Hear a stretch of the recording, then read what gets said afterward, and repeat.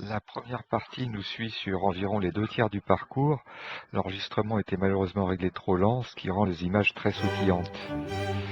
Le décollage s'est fait sur l'aire de Plan-Prat, qui est situé à 2000 mètres d'altitude au-dessus de Chamonix. Là on part en direction du Brévent, on voit Chamonix en contrebas à gauche et le Mont Blanc en fond tout droit. Ça monte tout le long de la face et très rapidement je me retrouve au-dessus du Brévent et bientôt je m'approche du nuage. Une fois au nuage, je mets le cap vers le nord, le long des aiguilles rouges. On aperçoit sur la gauche les nombreux lacs de la réserve naturelle des aiguilles rouges. Et là, je rencontre une ascendance et donc j'en profite pour regagner un petit peu d'altitude supplémentaire avant d'avancer plus. On a l'impression que je tourne sur place autour de la caméra, mais c'est juste une impression. En fait, je fais des cercles d'une 50aine de mètres de diamètre et j'avance. Là, en bleu outre-mer, là, on voit en contrebas le lac Blanc, qui a fait parler de lui là, cette année parce qu'il a été victime de surfréquentation, ce qui a obligé le maire de Chamonix à limiter l'accès. Là, j'approche de l'extrémité des aiguilles rouges où à nouveau ça monte. Et c'est là que je fais le meilleur plafond de la zone, vers 3600 mètres, ce qui me permet de traverser ensuite vers le tour avec une marge confortable d'altitude. Les petits copains étaient partis un peu plus bas et du coup ils sont arrivés assez bas sur l'épaule et ont mis plus longtemps à en ressortir.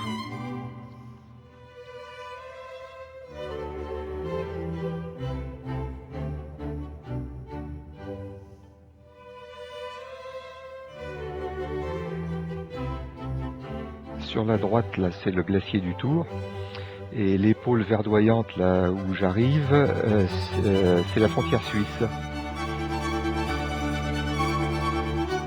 Donc, tout le monde se regroupe là. Alors, on voit pas bien les autres voiles du groupe parce que, à cause du time-lapse mal réglé, quand il y en a un qui traverse le champ, il apparaît et disparaît. C'est difficile de le suivre. Là, on arrive à la Pointe Ronde, donc en territoire suisse cette fois, où j'ai eu le plus gros thermique de la journée, avec du plus 5 mètres par seconde, très turbulent sur le haut, ce qui fait que je l'abandonne avant la fin. Je suis un autre groupe là, qui est 1 ou 2 kilomètres devant nous, qui est passé par là, sauf que moi je suis parti trop bas et je n'arrive qu'en dessous de l'arête suivante. Ce qui m'oblige à un demi-tour précipité pour revenir au soleil, sur une face au soleil, où je retrouve des ascendances qui me permettent de sortir de ce petit vallon.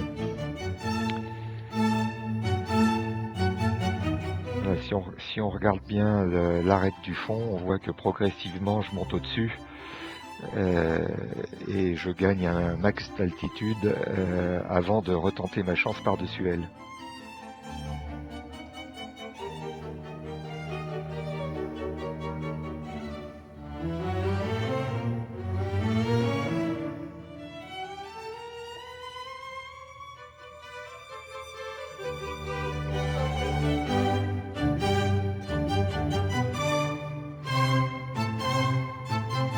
Là, ça monte plus, mais j'attends avec Florent au plafond que Zoé et Gwenaël nous rejoignent. Ils avaient pris un petit peu de retard.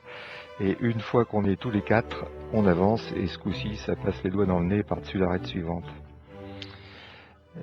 Sur la droite, on voit le plateau du Trian. Voilà, là j'arrive sur une nouvelle arête. Et tout de suite ça monte. Et par la suite, ce sera un jeu de saute-mouton où on saute d'arête en arête et à chaque fois qu'on arrive sur la face sud d'une arête, on prend l'ascenseur, on remonte de quelques centaines de mètres et on avance. À ce coup-ci, on passe le glacier de Salena, c'est un glacier suisse, là, comme celui du Trian. La grosse aiguille noire au bout du glacier, c'est l'arrière de l'aiguille d'Argentière. Donc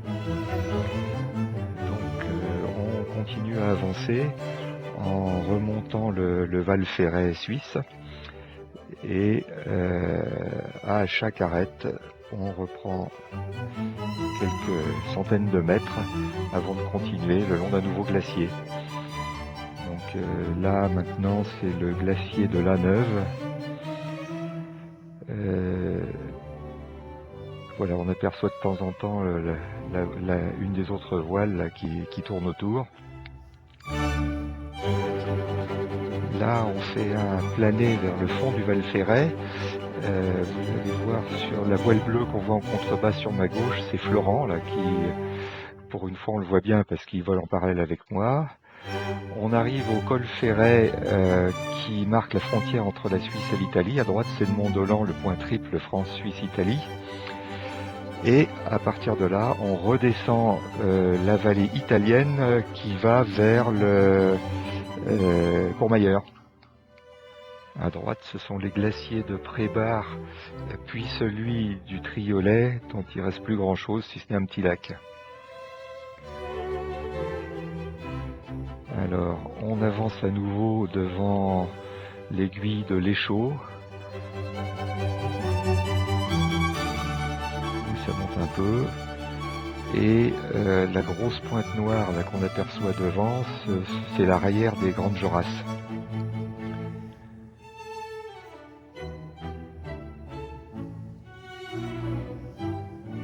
On remonte le long des Grandes Jorasses, et le dôme de neige des Grandes Jorasses en fait n'est pas visible depuis ce côté, on ne le voit que du côté ouest, côté Chamonix.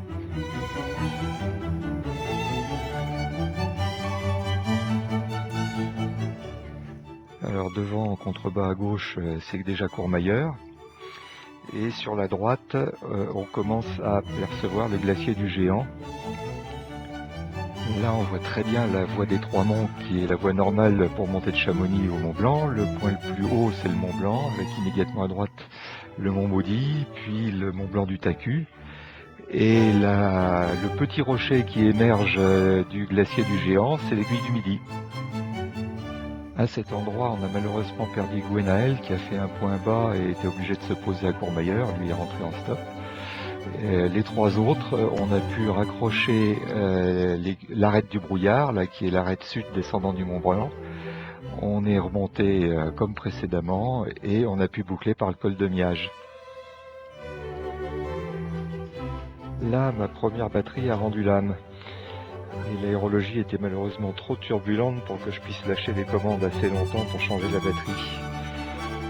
Du coup, il y a une bonne heure de vol qui manque dans le film. Avant ce que vous voyez, j'ai tourné un bon moment sur le Mont Blanc avec l'espoir de le survoler, mais impossible de dépasser les 4300 mètres. Ce sera pour une autre fois le survol du sommet. Ça m'a quand même permis de passer facilement le col de Miage à 3300 mètres et rentrer en France. En face ouest du massif, l'aérologie était bien plus douce. Florent et Zoé sont rentrés directement sur Chamonix, mais moi j'ai préféré prolonger un peu le parcours dans le Beaufortin jusqu'à l'aiguille Croche. Et c'est lors du plané final au retour que j'ai pu lâcher les commandes, changer la batterie, corriger la vitesse d'enregistrement et filmer ce que vous voyez. Sur la gauche, là on voit l'arrivée devant le Brévent, et devant nous, tout juste au soleil, il y a le plateau de Plampras, d'où on était parti. En contrebas, on voit le télécabine de Plampras, par où on était monté. Et à partir de là, je cherche désespérément à descendre, sauf que bien que tout soit à l'ombre, ça montait. Et au final, j'ai fini par me rendre compte qu'il y avait seul une zone au ras des arbres où le catabatique descendait, et je fais des S dans la zone jusqu'à l'atterrissage du Savoie là qu'on voit devant nous.